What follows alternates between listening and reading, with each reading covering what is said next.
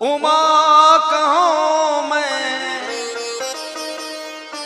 अनुभव अपना, उमा कहूं मैं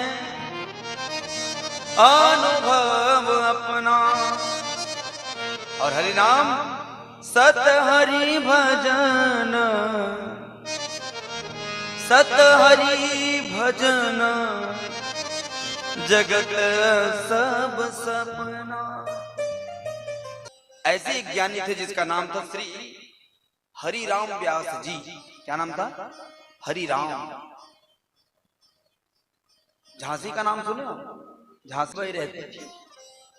झांसी, झांसी के पास एक जगह है बड़ा प्यारा ओरछा, पढ़े होंगे आप लोग, जहां पर राम राजा सरकार का बहुत बड़ा मंदिर है, बहुत बड़ा। तो ये हरिराम व्यास जी ना बहुत ज्ञानी थे और ओरछा के रहने वाले थे। कहां के रहने वाले? ओरछा। इतने विद्वान, इतने ज्ञानी, बड़े बड़े शास्त्रों को ये पढ़ लिए थे मियां, पूरा शास्त्र अंदर, और सभी को हराते फिरते थे। क्या करते थे? सभी को हराते फिरते थे। एक बार ये काशी पधारे, वाराणसी, बनारस, और बनारस के विद्वानों को चुनौती दिया कि कोई मुझे हरा के दिखाए, मैं शास्त्रार्थ मुझसे करके दिखाए। तो भैया बनारस तो विद्वानों का गढ़ है, बड़े बड़े विद्वान हरिराम जी के पास शास्त्रार्थ करने आए। एक एक करके हरिराम ने सबको हरा दिया।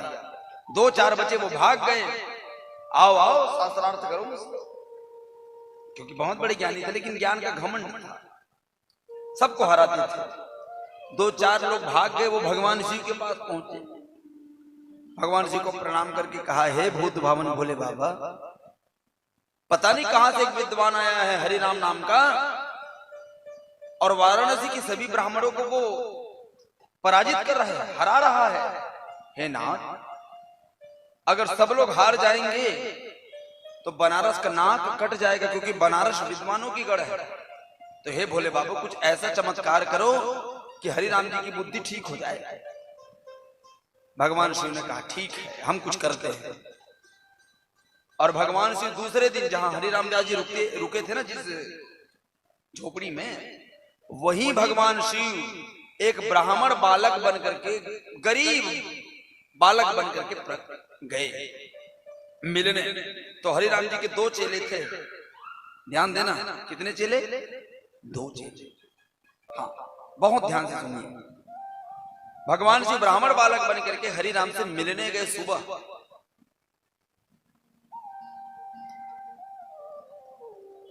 दो चेले सामने बैठे थे। उन्होंने ब्राह्मण बालक को देखा, कहा, ओ पंडित जी। हाँ भैया बोलो, कैसे आए हो?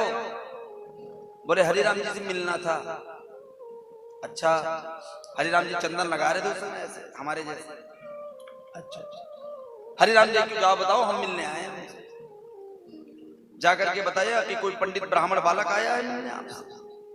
बोले अंदर भेजो, क्योंकि हरिराम जी किसी से प्रेम से बात नहीं करते थे, टेढ़ी बात करते, भेजो। ऐसा घमंड था ज्ञान का। अब ब्राह्मण बालक अंदर आया जो भगवान शिव थे। आया, हरिराम जी को प्रणाम किया, बाबा प्रणाम। बोले खुश रहो, बोलो तुम ब्राह्मण बच्चे हो, बालक हो, हमसे शास्त्रार्थ करने हो। बनारस के बड़े बड़े विद्वानों को हमने हरा दिया और तुम ब्राह्मण हमसे शास्त्रार्थ करोगे? भगवान शिव ब्राह्मण बनकर के बोले, बाबा मेरी क्या औकात कि मैं आपसे शास्त्रार्थ करूं?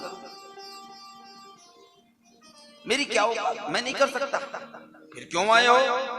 बोले मेरे मन में थोड़ा सा संदेह है बाबा, उसको दूर कर दो। बिल्कुल अभी कर देंगे, पूछो। घमंड है ज्ञान का, देखो कैसे बोलते हैं भगवान शिव से। शिव जी बोले, बाबा आप एक बात बताओ, क्या कि विद्या का फल क्या होता है? मैं आपसे पूछ रहा हूं।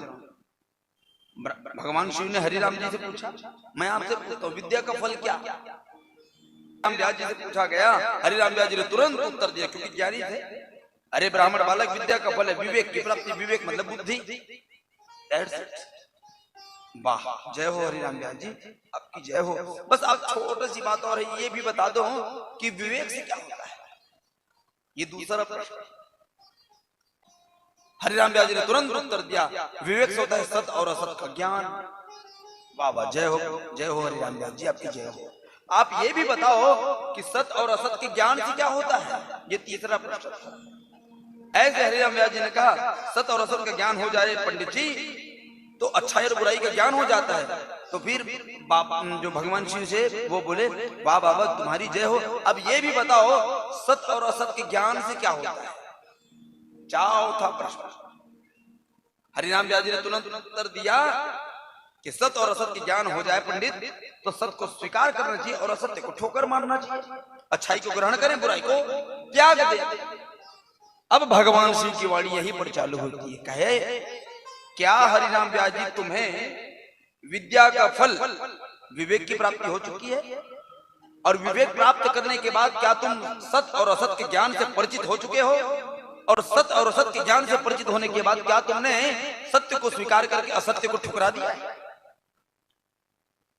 जैसे सुना हरिराम व्यास जी का थोड़ा दिमाग कंफ्यूज हो गया, बोले मैं समझा नहीं, क्या मतलब, क्या बोले आप बताओ ना, आप पढ़ कर सीखे हो हरिराम व्यास कि सीख कर पढ़े हो? क्योंकि दोनों में अंतर होता है, सीख कर पढ़ना और पढ़ करके सीखना। तो तुम पढ़ करके सीखे हो कि सीख करके पढ़े हो, बताओ तो। जैसी सुना हरिराम व्यास जी का दिमाग काम नहीं किया, बोले तुम कोई साधारण बालक नहीं, तुम कौन हो? चरण पकड़ लिया और कहना क्या चाहते हो? तब भगवान शिव की वाणी है भैया, कहा उमा कहूं मैं अनुभव अपना, उमा कहूं मैं अनुभव अपना। और हरि नाम सत हरि भजन,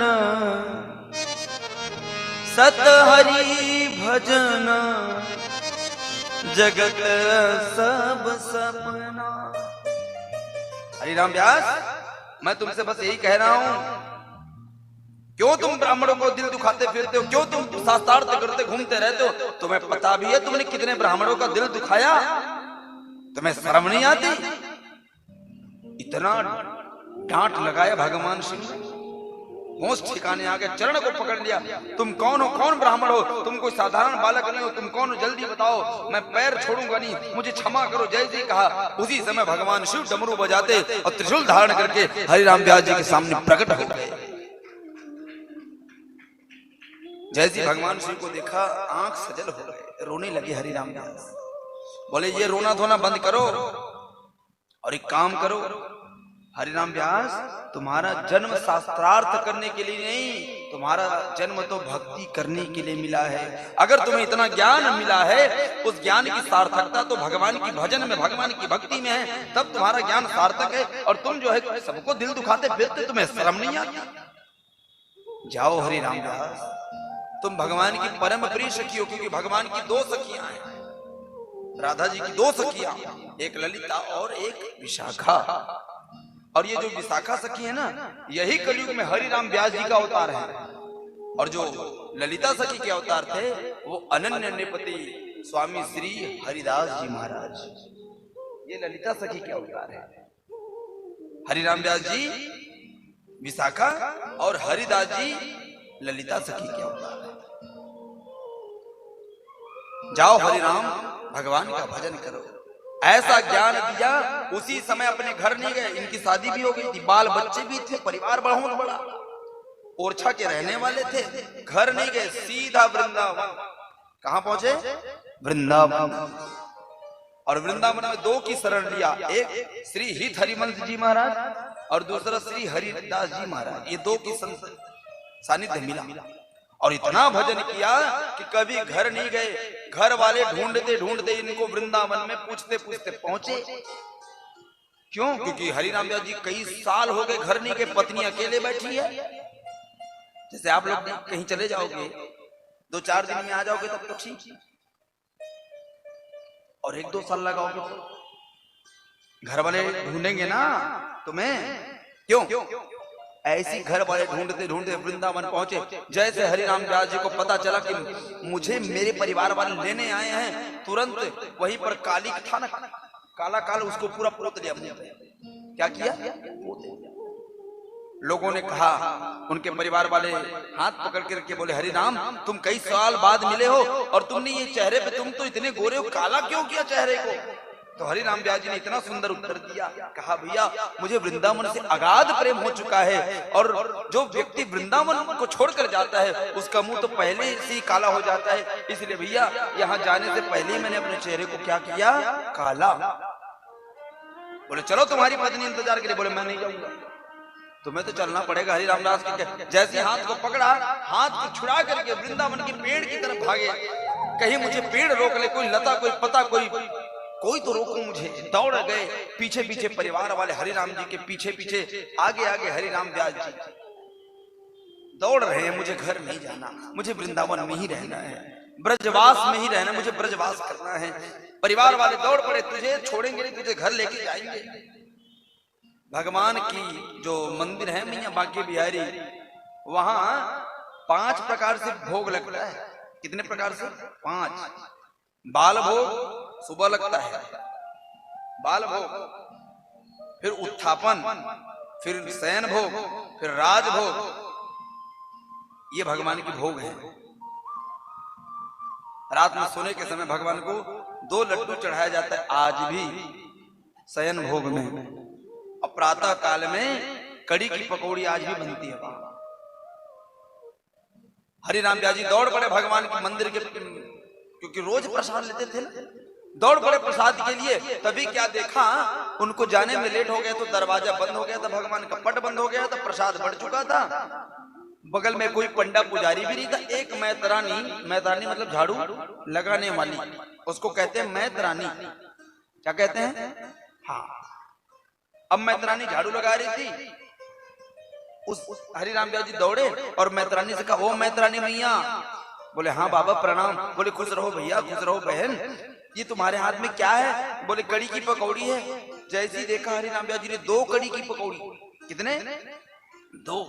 बोले मैया 1 कड़ी की पकौड़ी मुंह को दे दे, मुझे दे दे। बोले बाबा मैं नीच जाति की हूँ, आप ब्राह्मण हो, आप श्रेष्ठ ब्राह्मण हो, मेरे जैसे नीच जाति के हाथ से ये पाओगे तो आपका कर्म और धर्म दोनों भ्रष्ट हो जाएगा। हरिराम व्यास जी ने कहा, अरे बावरी, अरे बहन, ये तुम्हारा प्रसाद थोड़ी, ये तो मेरे ठाकुर जी का प्रसाद है, मुंह को दे दे 1 कड़ी की पकौड़ी। बोले मैं नहीं दे सकती बाबा, मेरा धर्म भ्रष्ट हो जाएगा। बोले नहीं देगी, नहीं दूंगी। जबरदस्ती छीना एक हाथ से और 1 कड़ी की पकौड़ी छीन लिया, मुंह पे भगवान का नाम लेके डाल लिया। और जैसे डाला, पीछे के जितने भी उनके परिवार वाले थे उन्होंने हरिराम व्यास जी को गाली देना चालू किया।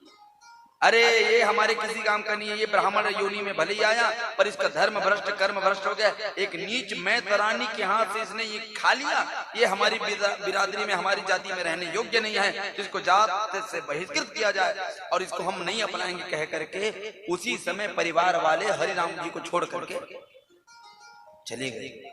और इधर परिवार वाले गए, उधर हरिराम व्यास जी मैतरानी के चरणों को पकड़ लिया। मैतरानी ने कहा बाबा कैसी, क्या कर रहे हो? मेरा धर्म, मेरा कर्म भ्रष्ट हो जाएगा, ले दे करके मैं पुण्य कमा रही हूँ। आप जैसे विद्वान ब्राह्मण मेरे चरण छुए तो मैं तो नरक में चली जाऊंगी। अरे बावरी तू नहीं समझी, तू नहीं समझ सकती। बोले बाबा मेरा पैर छोड़ो। बोले मैं नहीं छोड़ूंगा। क्यों?